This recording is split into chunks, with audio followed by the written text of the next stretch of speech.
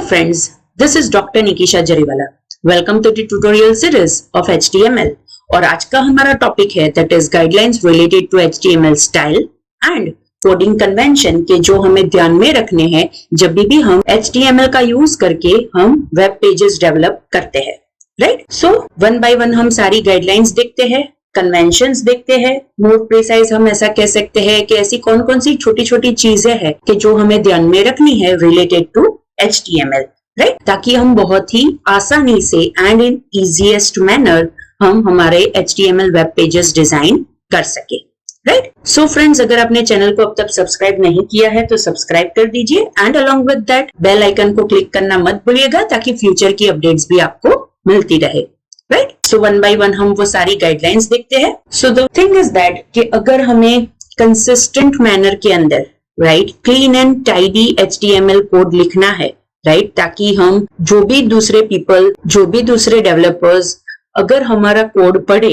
Right, अगर हमारा code समझने की ट्राई करे, then it become easier for them to read and understand our code. इसीलिए हमें बहुत सारी ऐसी छोटी छोटी चीजें हैं कि जो हमें ध्यान में रखनी है. There are some guidelines which we need to follow. बहुत सारी ऐसी टिप्स है कि अगर हम वो ध्यान में रखेंगे तो हम बहुत ही अच्छा HTML कोड डेवलप कर सकते हैं, right? So the first thing is कि हर बार हमें ध्यान में रखना है कि हमें HTML के अंदर डॉक्यूमेंट टाइप डिक्लेयर करना है.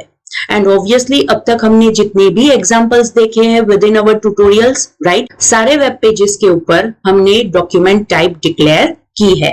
मींस हर जगह हमने ये डॉक टाइप HTML हर HTML पेजेस के अंदर हमने यूज किए हैं, मोर प्रिसाइज हमने डिक्लेयर की है, right? So this is a very important thing and it should be the first line in our document ताकि हम बता सके कि ये जो हमारा डॉक्यूमेंट है it is HTML document. So it is very important to declare a correct document type for HTML, right? Second is related to the element names.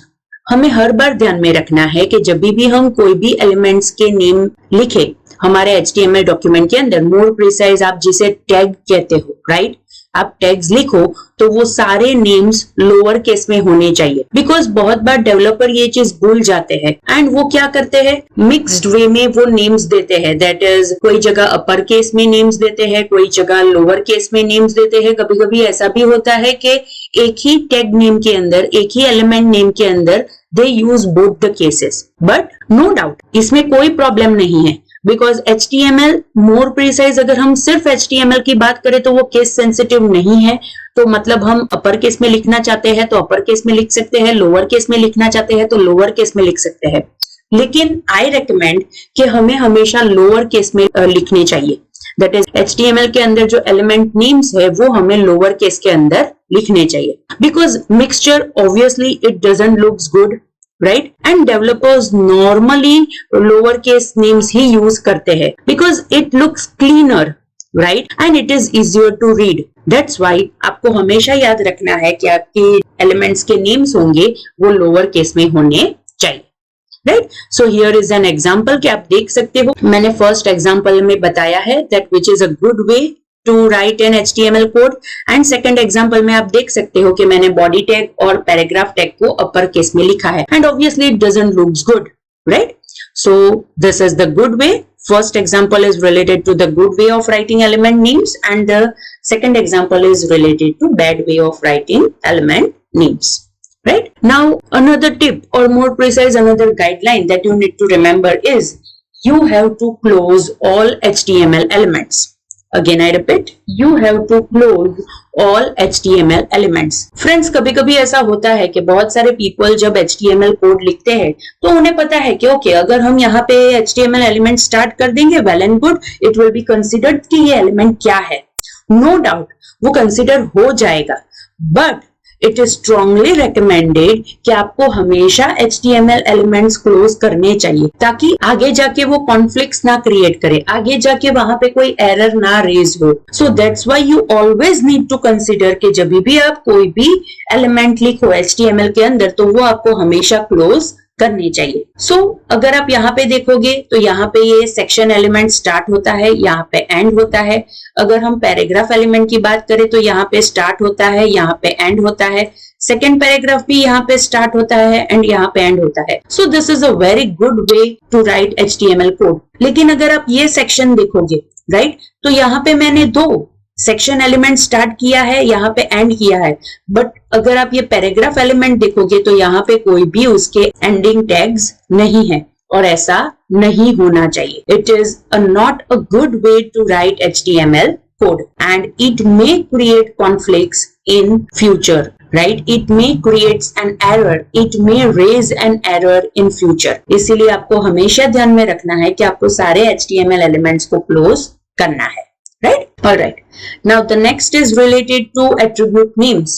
जैसे मैंने आपको बताया कि एलिमेंट नेम्स लोअर केस में होने चाहिए, वैसे ही एट्रीब्यूट नेम्स भी लोअर केस में होने चाहिए. Again the reasons are same, because obviously mixture अच्छा नहीं लगेगा, right? Developer normally lower case names ही प्रीफर करते हैं because it looks cleaner and it is easy to understand, easy to write. So that's why you need to consider कि आपको हमेशा attribute name lower case में ही लिखने चाहिए. So here is an example related to it. As you are able to see within first example, मैंने जो भी attribute name है that is more precise href, दोनों example में same ही है, right? So first example में आप देख सकते हो कि मैंने href lower case में डिक्लेयर किया है, and second example में आप देख सकते हो कि मैंने href upper case में लिखा है, और आप दोनों में difference देख सकते हो, right? That the second example के अंदर मैंने जो attribute name लिखा है, it doesn't looks good. Right? So you need to consider this thing. Alright. Now another tips or more precise another guideline is related to attribute values. अभी जो मैंने बात की it was related to attribute names. अब जो मैं बात कर रही हूँ it is related to attribute values. And आपको हमेशा ध्यान में रखना है कि attribute values को आपको quotation में लिखना है.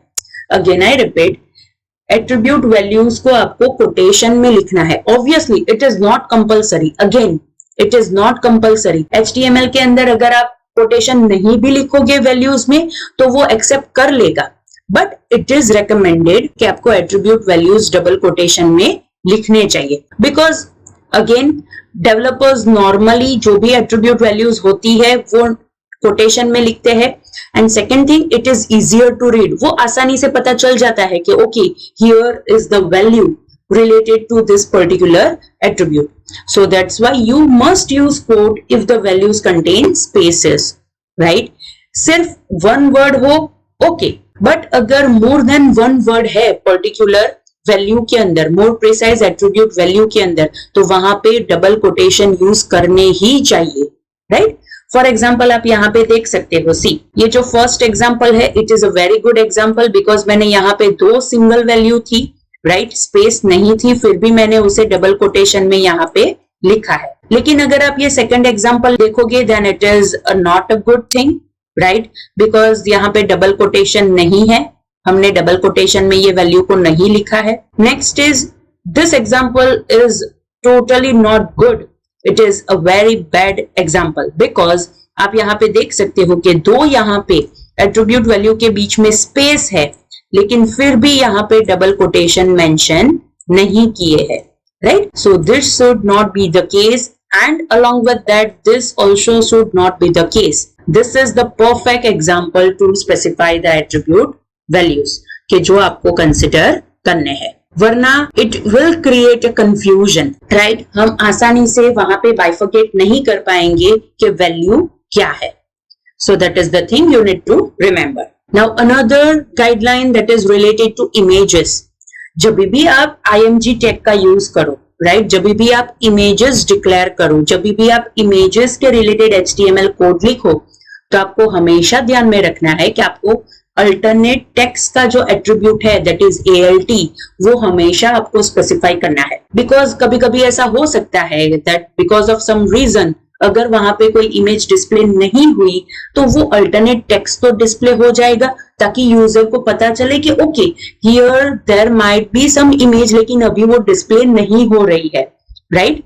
So that is a very important thing you need to remember related to images. And the second most important thing related to images is आपको हमेशा width and height specify करनी चाहिए, right? Again I repeat, आपको हमेशा width and height specify करनी चाहिए related to the image, ताकि flickering ना हो राइट, एंड ब्राउजर वहां पे वो हाइट एंड विड्थ के हिसाब से जो भी स्पेस चाहिए इमेज को, राइट, वो रिजर्व करके रखेगा ताकि वहां पे आपकी इमेज लोड हो सके. So these are very common thing. ऐसा नहीं है कि ये कंपल्सरी है. These are just guidelines, these are just the tips कि अगर आप ये फॉलो करोगे then it will become very easy for you to write HTML code, and along with that it will be easy for browser to render that code, right?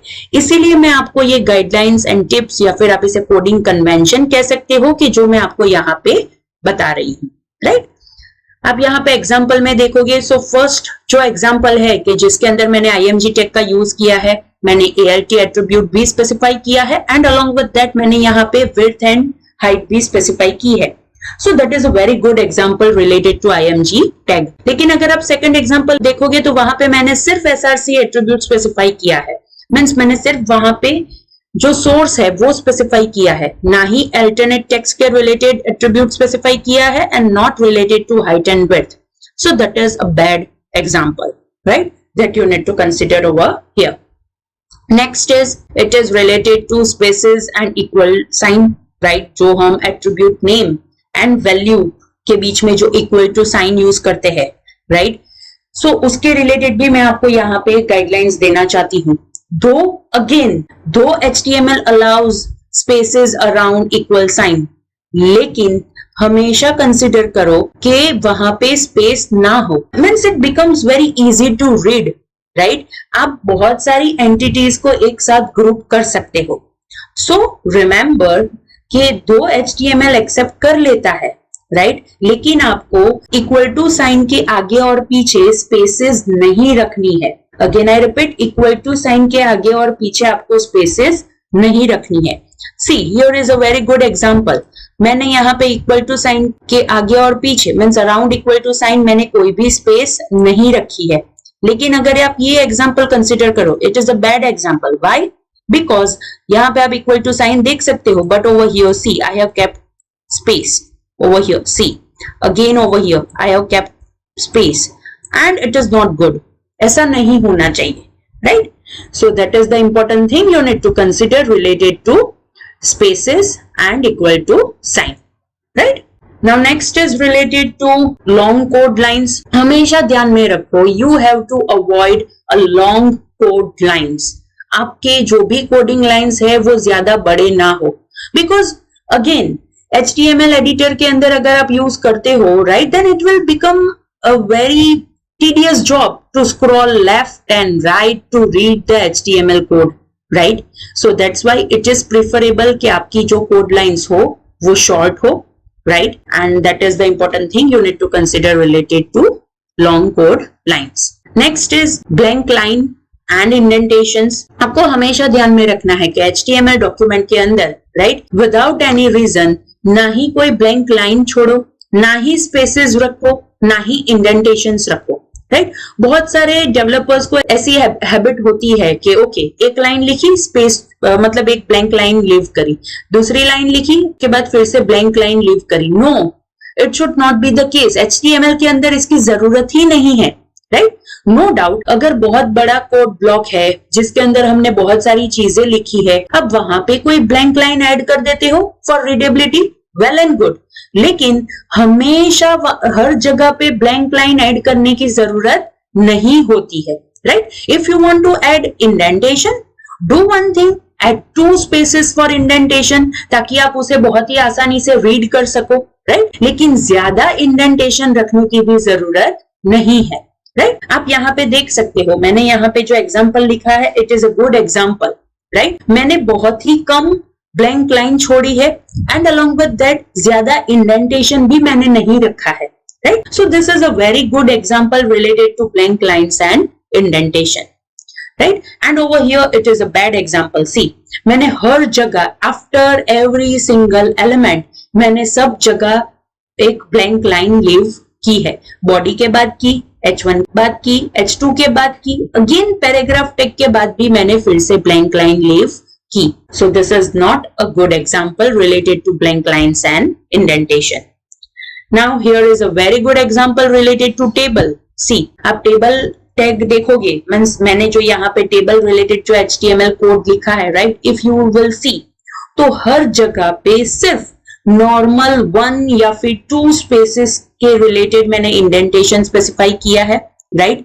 कोई extra line, कोई extra blank line, कोई extra space मैंने कहीं पर भी leave नहीं की है, right. So this is a very good example related to table, and here is a good example related to list, right. अगर आप लिस्ट, ओवर हियर मैंने जो एग्जांपल लिखा है, it is related to unordered list, right. So अगर आप unordered list create करते हो या फिर ऑर्डर्ड लिस्ट क्रिएट करते हो, बट सी मैंने बहुत ही कम इंडेंटेशन दिया है। यूएल टैग देखो और एलआई टैग देखो, right. I have given only 2 spaces for indentation, so it is a very good example related to list. Next is never skip title element, because title element is very important for HTML document. Because ये जो content होता है page title का, it is use for search engine optimisation. Again I repeat, it is use for search engine optimisation. और ये जो page का title होता है, पेज के टाइटल के अंदर आप जो कंटेंट लिखते हो, it is use by search engine algorithms, right. वो डिसाइड करता है कि आपका पेज सर्च रिजल्ट के अंदर, पेज के लिस्टिंग के अंदर कौन से ऑर्डर में दिखे, राइट. ये सर्च इंजन एल्गोरिथम्स डिसाइड करते हैं. और ये सर्च इंजन एल्गोरिथम्स क्या यूज करते हैं? पेज के टाइटल्स यूज करते हैं, ताकि आप अगर बहुत ही अच्छी तरह से पेज टाइटल देते हो specific to the content of your page, right, तो जब भी वो पर्टिकुलर कंटेंट के रिलेटेड या फिर कीवर्ड्स के रिलेटेड सर्च इंजन के अंदर सर्चिंग होगी, राइट, ये सर्च इंजन का जो एल्गोरिथम होगा, राइट, वो पेज टाइटल के ऊपर वर्क करता है, तो obviously it will look for that particular content with in the page title, right, और सर्च करेगा और उसके हिसाब से पेज लिस्टिंग के अंदर आपका पेज लिस्ट किया हुआ आपको मिलेगा. So the most important thing that you need to consider related to page title is, आपको हमेशा पेज टाइटल देना चाहिए, अवॉइड नहीं करना चाहिए, ताकि सर्च इंजन के अंदर पर्टिकुलर कीवर्ड्स के रिलेटेड जब भी सर्च हो,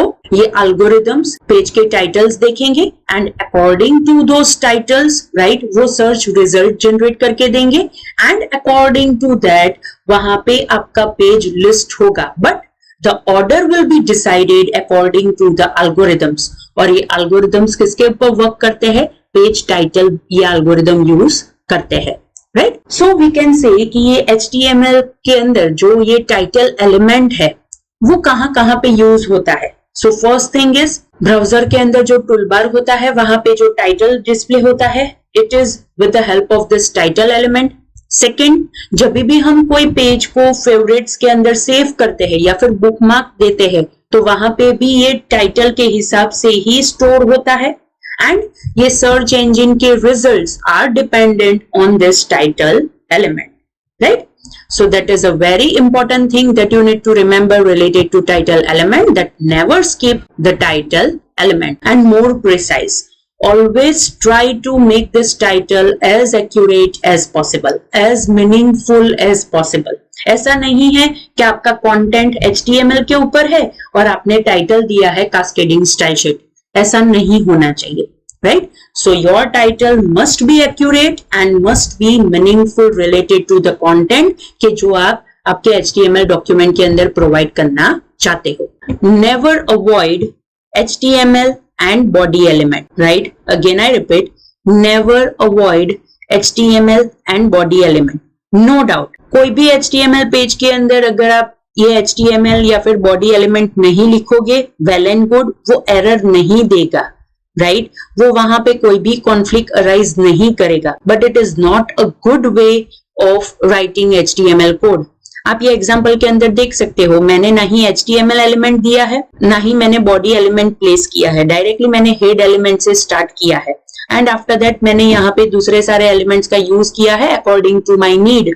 But it is not a good way of writing HTML code, right? So that you need to consider over here. So it is very strongly recommended कि आपको हमेशा, right, every time, always you should add HTML and body tags. Again I repeat, you should add HTML and body text, वरना may be possible कि वहां पे error produce हो सकती है, बिकॉज जो ओल्डर ब्राउजर्स थे वो अगर वहां पे आप बॉडी एलिमेंट ऐड नहीं करोगे तो वो एरर रेज करते थे। एंड अनदर इंपॉर्टेंट थिंग, अगर आप कहीं पे XML सॉफ्टवेयर यूज करते हो, राइट, तो वहां पे अगर आपने ये HTML एंड बॉडी एलिमेंट को अगर आपने इग्नोर किया है, राइट, तो ये सॉफ्टवेयर क्रैश हो सकते हैं, डोम क्रैश हो सकता है, that is document object model, right, वो क्रैश हो सकता है। So that is the important thing you need to consider over here, right. Next is again never avoid head element, again I repeat, never avoid head element, right. No doubt again HTML error raise नहीं करेगा, वो चला लेगा, but still you should keep your own head element, वरना HTML खुद default head element consider कर देगा। Again I repeat, default head element वहां पे वो कंसिडर कर देगा, मतलब वो कंसिडर कर देगा कि जहां से बॉडी टेक्स्ट स्टार्ट होता है उससे पहले का सारी चीज it is to be considered within the head element, right. And I think it should not be the case. जैसे मैंने यहाँ पे एक एग्जांपल लिखा है, राइट, डॉक टाइप लिखा, HTML लिखा, टाइटल लिखा एंड बॉडी स्टार्ट कर दिया, मैंने हेड एलिमेंट लिखा ही नहीं है, and this is not a good way of writing HTML code, right. Next is, जब भी कोई भी एम्प्टी एलिमेंट्स हम लिखे, मोर प्रिसाइज, जब भी कोई भी हम एम्प्टी HTML एलिमेंट्स हम लिखे, every time you have to consider कि आपको उसे क्लोज करना ही है। Again I repeat, you should close all empty HTML elements, right. No doubt HTML के अंदर ये ऑप्शनल है, बट इट इज रिकमेंडेड कि आप वहां पे स्लैश लिख के वो पर्टिकुलर एम्प्टी HTML एलिमेंट को क्लोज करो। जैसे मैंने यहाँ पे लिखा है, मैंने 2 डिफरेंट एग्जांपल्स लिखे हैं। फर्स्ट एग्जांपल है कि जहां पे मैंने एलिमेंट को क्लोज नहीं किया है, you are able to see over here, मैंने यहाँ पे कोई भी स्लैश नहीं लिखा है और मैंने यहाँ पे स्लैश लिखा है। Both the things are allowed in HTML, because ये ऑप्शनल है कि हम एम्प्टी एलिमेंट्स को क्लोज करें या फिर ना करें। बट अगेन, जब भी आप XML या फिर XHTML के सॉफ्टवेयर कंसिडर करते हो, राइट, ये जो सॉफ्टवेयर होते हैं कि जिसका यूज करके आप पेजेस एक्सेस करते हो, तो वहां पे इट इज कंपल्सरी कि आप क्लोजिंग टैग लिखो with the help of this slash, वरना ये XML और XHTML उन्हें कंसिडर नहीं करेगा, right? So that is again the important tip, more precise, again the important guideline related to closing empty HTML elements, right? All right. Next is, it is related to language attribute. हमेशा आपको ध्यान में रखना है कि जब भी आप HTML टैग लिखो तो वहां पे आपको लैंग्वेज स्पेसिफाई करनी चाहिए, means language of your web page, मतलब आपने वेब पेज इंग्लिश लैंग्वेज में डेवलप किया है, हिंदी में डेवलप किया है, गुजराती में डेवलप किया है, राइट, मतलब उसका कंटेंट कौन सी लैंग्वेज में है, राइट, वो आपको हमेशा डिक्लेयर करना चाहिए। Again it is not compulsory, लेकिन अगर आप ये लैंग्वेज एट्रीब्यूट वहां पे स्पेसिफाई करोगे, then it will be good for search engine and browsers. Browsers को पता चलेगा कि उसे कौन से लैंग्वेज में ये पर्टिकुलर कंटेंट को रेंडर करना है, एंड सर्च इंजन को भी पता चलेगा कि ये वेब पेज कौन सी लैंग्वेज में है, ताकि आसानी से वो सर्च रिजल्ट जनरेट कर सके। And here is an example कि कैसे आप लैंग्वेज एट्रीब्यूट यूज कर सकते हो, राइट। आप HTML एलिमेंट के अंदर लैंग्वेज एट्रीब्यूट यूज करोगे and within double quotation you need to specify the abbreviation of the language that you want to use. यहाँ पे मैंने यूज किया है that is English, but US style, it is not UK style, it is US style English, right. So this is how कि आप कैसे language attribute HTML element के अंदर स्पेसिफाई कर सकते हो, right? So that is the thing you need to consider. Next is the importance of metadata. We know what is metadata. It is data about data, more precise data about the data that we are going to display on our web page, right? And believe me friends, जब भी कोई भी search engine के अंदर indexing की जरूरत होती है, राइट, तो ये indexing also depends on the language and the character encoding कि जो हमने मेटा डेटा के अंदर स्पेसिफाई किया है, again I repeat, it also depends on the language and character encoding. And हम कैरेक्टर एनकोडिंग कहाँ पे स्पेसिफाई करेंगे? मेटा डेटा के अंदर स्पेसिफाई करेंगे, ताकि जब भी प्रॉपर इंटरप्रिटेशन करने की बारी आए तो ऑब्वियसली वहां पे पता होना चाहिए कि कौन सी लैंग्वेज है। और सर्च इंजन के अंदर तो ऑब्वियसली कैरेक्टर एनकोडिंग के हिसाब से वहां पे इंडेक्सिंग में वो हेल्पफुल रहेगा। इसीलिए HTML एलिमेंट के अंदर language attribute and Meta element के अंदर कैरेक्टर सेट हमेशा आपको डिक्लेयर करना चाहिए, ताकि सर्च इंजन के अंदर इंडेक्सिंग एंड आपके पेज का इंटरप्रिटेशन सही तरह से हो सके, right. Next is it is related to setting the viewport. हमने ऑलरेडी ये व्यू पोर्ट, मेटा डेटा, ये सारी चीजें जब हमने HTML हेड एलिमेंट के रिलेटेड ट्यूटोरियल देखा था, राइट, तब हमने ये बहुत ही डिटेल मैनर में देखा था। What is the viewport? Obviously user को जो विजिबल एरिया होता है of your web page, that is known as viewport. And obviously it depends on device to device. अगर आप लैपटॉप की बात करो तो वो वाइड स्क्रीन लैपटॉप होता है तो उसका विजिबल एरिया उस हिसाब से होगा। अगर आप मोबाइल फोन की बात करते हो तो उसका विजिबल एरिया उस हिसाब से होगा। सो ऑब्वियसली इट डिपेंड्स कि व्यू पोर्ट क्या होना चाहिए, और हमें वहां पे स्पेसिफाई करना पड़ेगा कि जो भी हम व्यू पोर्ट की बात कर रहे हैं उसके अंदर जो कंटेंट होगा, it depends on the screen size, it depends on the device width, right? और वहां पे जो zooming होगा, it will be the first level zooming, right? जो फर्स्ट टाइम जब पेज वहां पे पर्टिकुलर डिवाइस के ऊपर डिस्प्ले होगा तो वहां पे जो हम जूम लेवल चाहते हैं, it should be the first level zooming, right? So and this is a very important instruction that we will give to the browser, because browser को पता चलना चाहिए ना कि उसे कौन से डायमेंशन के हिसाब से वहां पे पेज को डिस्प्ले करना है, कितना स्केलिंग करना है, ताकि जो भी डिवाइस के ऊपर ये पर्टिकुलर पेज डिस्प्ले हो रहा है वो अच्छी तरह से डिस्प्ले हो, एंड अलोंग विद दैट उसके ऊपर जो कंटेंट है, राइट, वो भी यूजर को विजिबल रहे। That's why this view port is very important. और हमने ये एग्जाम्पल भी देखा था कि ये व्यू पोर्ट के अंदर which is in Meta data, that is Meta element, right, उसके अंदर ये विड्थ के अंदर जो हम ये डिवाइस विड्थ सेट करते हैं, it is related to the screen width, ताकि जो भी कंटेंट डिस्प्ले हो it display according to the screen width, right. And along with that वहां पे हमने इनिशियल स्केल सेट किया था, and that is 1.0 means it is a initial zoom level, कि जब फर्स्ट टाइम पेज ब्राउजर में load होता है तो किस हिसाब से हमें जूमिंग चाहिए, राइट, ताकि ब्राउजर सेम पेज को, राइट, अगर मोबाइल में वो डिस्प्ले करता है तो it will display according to the screen size of the mobile, screen width of the mobile. अगर वो टैबलेट में डिस्प्ले करता है then again it display according to the screen width of the tablet, right. So that is the important thing you need to consider.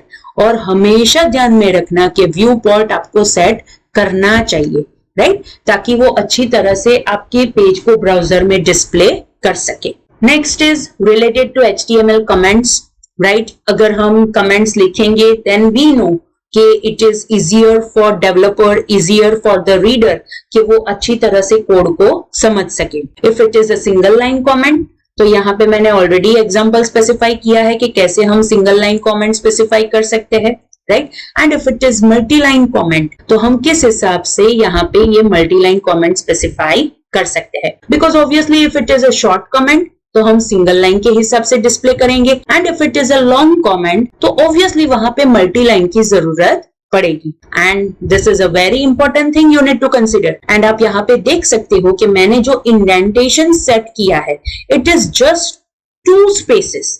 Again I repeat, मैंने यहाँ पे जो indentation set किया है it is just 2 spaces indentation, right. So ये आपको यहाँ पे ध्यान में रखना है, right. Next is related to style sheet, right. आपको हमेशा ध्यान में रखना है कि जब भी आप कोई भी style sheet, more precise external style sheet को लिंक करो तो सिंपल सिंटेक्स का यूज करके लिंक करो, राइट। आपको पता है कि कैसे आप एक्सटर्नल स्टाइल शीट को आपके HTML पेज के साथ लिंक कर सकते हो, obviously with the help of link element. और वो लिंक एलिमेंट के अंदर 2 एट्रीब्यूट स्पेसिफाई करो। First very important href, that is आपको कौन सी CSS फाइल को लिंक करना है, and second is relationship and obviously it is a style shape, right. अगर आप वहां पे टाइप एट्रीब्यूट स्पेसिफाई नहीं भी करोगे, गुड इनफ, उसकी कोई जरूरत भी नहीं है, राइट। बट लिंक एलिमेंट के अंदर आपको हमेशा ध्यान रखना है कि href and relationship attribute set करना चाहिए। नेक्स्ट, अगर आप बहुत ही शॉर्ट CSS रूल्स लिखना चाहते हो, वेल एंड गुड, आप वन लाइन के अंदर भी वो आप कंप्रेस करके लिख सकते हो, जैसे मैंने यहाँ पे एग्जांपल स्पेसिफाई किया है, राइट। ये पर्टिकुलर एग्जांपल के अंदर मैंने पैराग्राफ एलिमेंट के अंदर जो इंट्रो क्लास स्पेसिफाई किया है उसके रिलेटेड है, बिकॉज मुझे यहाँ पे सिर्फ 2 प्रॉपर्टी वैल्यू पेयर स्पेसिफाई करनी थी, that is first is related to font family and second is related to font size. दूसरी कोई भी प्रॉपर्टी वैल्यू पेयर सेट नहीं करनी थी, means it is a very short rule. तो आप इस हिसाब से सिंगल लाइन के अंदर भी स्पेसिफाई कर सकते हो, right. And you need to consider कि कैसे आप कर्ली ब्रेसेस भी वहां पे स्पेसिफाई करोगे। But obviously again the same thing, अगर वो CSS rule is not a short, right, वो बड़ा है, then you can span your CSS rule over a multiple lines, right? जैसे आप यहाँ पे एग्जांपल में देख सकते हो कि कैसे हम यहाँ पे मल्टीपल लाइंस के अंदर CSS रूल स्पेसिफाई करेंगे। ओवर हियर मैंने बॉडी टैग के रिलेटेड स्पेसिफाई किया है। यू नीड टू कंसिडर कि आपको कर्ली ब्रेसेस जो ओपन करोगे वो यहाँ पे आएगा, क्लोज करोगे वो एग्जैक्टली यहाँ पे बॉडी टैग के हिसाब से आएगा, right. And between those curly braces आपको सारे प्रॉपर्टी वैल्यू पेयर स्पेसिफाई करने हैं। सो this is a long CSS rule, because obviously अगर ये लॉन्ग CSS रूल है तो आपको इसे मल्टीपल लाइन में लिखना पड़ेगा ताकि आप उसे अच्छी तरह से समझ सको, right. Next is that is related to using style sheets, right. हमेशा ध्यान रखो कि जो भी ओपनिंग कर्ली ब्रेसेस है जिसे आप ब्रैकेट कहते हो वो सेम लाइन में होना चाहिए according to the selector. Selector means आप जहां पे वो टैग नेम लिखते हो या फिर क्लास नेम लिखते हो, that is known as selector. तो वो सेम लाइन में होना चाहिए, that opening curly braces, more precise opening bracket same line में होना चाहिए।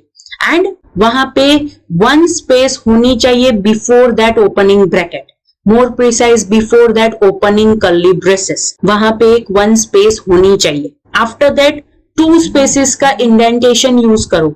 अगेन आई रिपीट, 2 स्पेसेस का इंडेंटेशन यूज करो। एंड हमेशा ध्यान में रखो कि जब भी कोई भी प्रॉपर्टी वैल्यू पेयर स्पेसिफाई करो तो after each and every property value pair आपको सेमीकोलन स्पेसिफाई करना पड़ेगा। Again I repeat, after each and every property value pair आपको सेमीकोलन स्पेसिफाई करना चाहिए, राइट। नेक्स्ट थिंग इज, जो भी वैल्यू स्पेसिफाई करो, राइट, वहां पे कोटेशन यूज करो, right.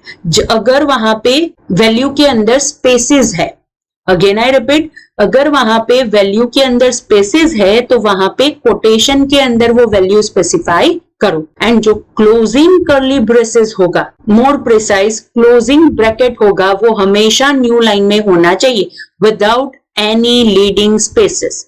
Again I repeat, without any leading spaces, right? So these are the important tips that you need to consider related to the style sheet. So ये tips आपको style sheet के related ध्यान में रखनी है।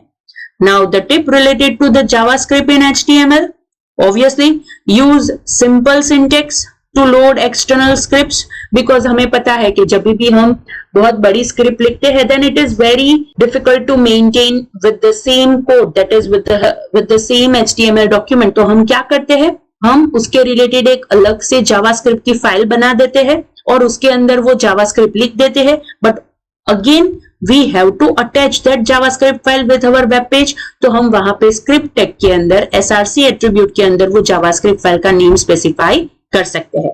Means use as simple syntax as you can. ज्यादा complicated करने की जरूरत नहीं है, ज्यादा कॉम्प्लेक्सिटी क्रिएट करने की जरूरत नहीं है, right. Next is when we access HTML elements with the help of JavaScript, तो वहां पे आपको ध्यान में रखना है, राइट, कि आप जो भी डबल कोटेशन के अंदर जो भी क्लास नेम स्पेसिफाई करते हो या फिर पर्टिकुलर एलिमेंट का आईडी स्पेसिफाई करते हो, तो वो भी जिस हिसाब से हमने HTML कोड के अंदर लिखा है उसी हिसाब से हमें वहां पे जावास्क्रिप्ट में यूज करना चाहिए। That is case sensitivity, right.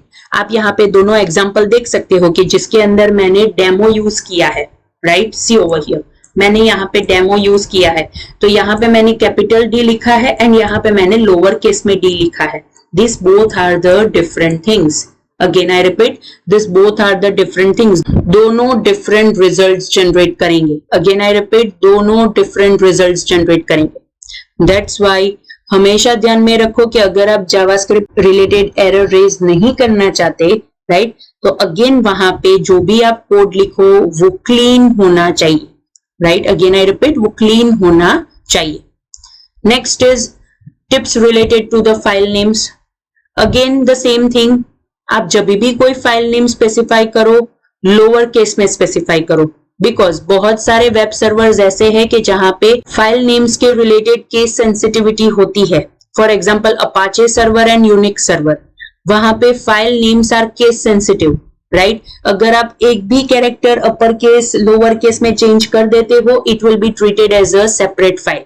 लेकिन अगर आप माइक्रोसॉफ्ट एंड आईआईएस सर्वर के रिलेटेड बात करो, मोर प्रिसाइज वेब सर्वर के रिलेटेड बात करो, तो वहां पे फाइल नेम्स के रिलेटेड केस सेंसिटिविटी नहीं है, राइट. कोई भी केस में अपर केस लोअर केस कोई भी केस में फाइल नेम के कैरेक्टर्स लिखो, it will be treated as same. So never use a mixture of any cases, right. Lower case upper case का मिक्सचर मत करो, राइट.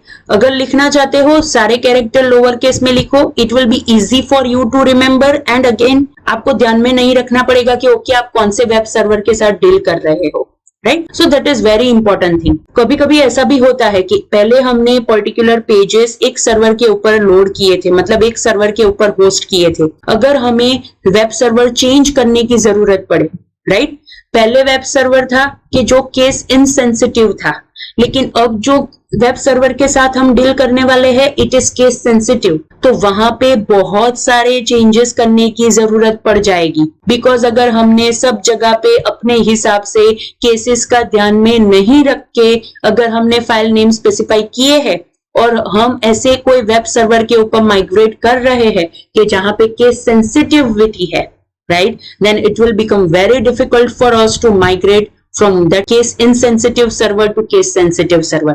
सब जगह पे changes करने की जरूरत पड़ सकती है. And to avoid this problems, right, it is important कि आप हमेशा lower case file names ही use करो, right. Next is it is related to file extension, right. जो भी HTML फाइल होती है उसका एक्सटेंशन या तो .html होता है या फिर .htm होता है. अगेन आई रिपीट, या तो वो HTML एक्सटेंशन होता है या फिर सिर्फ HTM एक्सटेंशन होता है. अगर आप कोई cascading style sheet related file use कर रहे हो तो उसका एक्सटेंशन हमेशा .css ही आएगा. And if you are dealing with the JavaScript files तो वहां पे उसका एक्सटेंशन .js ही आएगा, right. And there is no difference between .htm and .html file extension. Both the things are treated as same, right? Web browser को भी इससे कोई प्रॉब्लम नहीं है और वेब सर्वर को भी ये पर्टिकुलर एक्सटेंशन से कोई प्रॉब्लम नहीं है, right. Next is related to default file names, right. For example हम जब भी कोई भी वेबसाइट एक्सेस करते हैं तो it is not the case कि हम हमेशा, राइट, पर्टिकुलर फाइल का नेम लिखे. फॉर एग्जाम्पल अगर आप गूगल की वेबसाइट ओपन करते हो तो वहां पे आप सिर्फ लिखते हो www.google.com. Actually that is not the file name, it is a domain name. आप सिर्फ वहां पे डोमेन नेम स्पेसिफाई करते हो, बट कौन सी फाइल लोड होती है, डिफॉल्ट फाइल नेम जो भी वहां पे सर्वर के ऊपर ऐड हुई है वो लोड होती है. And most of the time जो भी डिफॉल्ट फाइल्स होती है वो तो या index.html होती है या फिर index.htm होती है, default.html होती है या फिर default.htm होती है, right. So this is a very important thing कि आपका सर्वर कैसे कॉन्फ़िगर हुआ है. अगर आपका सर्वर सिर्फ index.html के रिलेटेड कॉन्फ़िगर हुआ है तो वहां पे सिर्फ वही file will be considered as a default file name, right. वहां पे default.html कंसिडर नहीं होगा. So you need to consider कि आपका जो वेब सर्वर है उसके ऊपर डिफॉल्ट फाइल नेम्स क्या सेट किए हुए हैं, राइट। मे बी पॉसिबल कि बहुत सारे सर्वर्स ऐसे होते हैं कि जिसके ऊपर multiple default file name specify की हो, that is index.html, index.htm, default.html, default.htm, default.aspx, index.aspx, right. So there are multiple file names के जो बहुत सारे सर्वर्स के ऊपर सेट की हुई होती है, लेकिन कोई कोई सर्वर ऐसे भी होते हैं कि they are configured only for particular default file name. तो वहां पे आपको ये file names, more precise default file names related to your website, वो भी आपको बहुत ही अच्छी तरह से ध्यान में रखना पड़ेगा, right. So friends, this is related to HTML coding conventions, right? More precise HTML coding style के रिलेटेड जो गाइडलाइंस है, टिप्स है, कि जो मैंने आज के ट्यूटोरियल में आपको बताई, right. And this is all about today's tutorial. अगर आपको ये ट्यूटोरियल अच्छा लगा, लाइक कीजिए, शेयर कीजिए आपके फ्रेंड्स के साथ, ताकि उन्हें भी ये गाइडलाइंस, ये टिप्स, ये कोडिंग कन्वेंशंस के रिलेटेड पता चले और वो भी बहुत ही आसानी से इजी मैनर के अंदर HTML वेबसाइट जनरेट कर सके, right. So friends, that is all about today's tutorial. Thank you.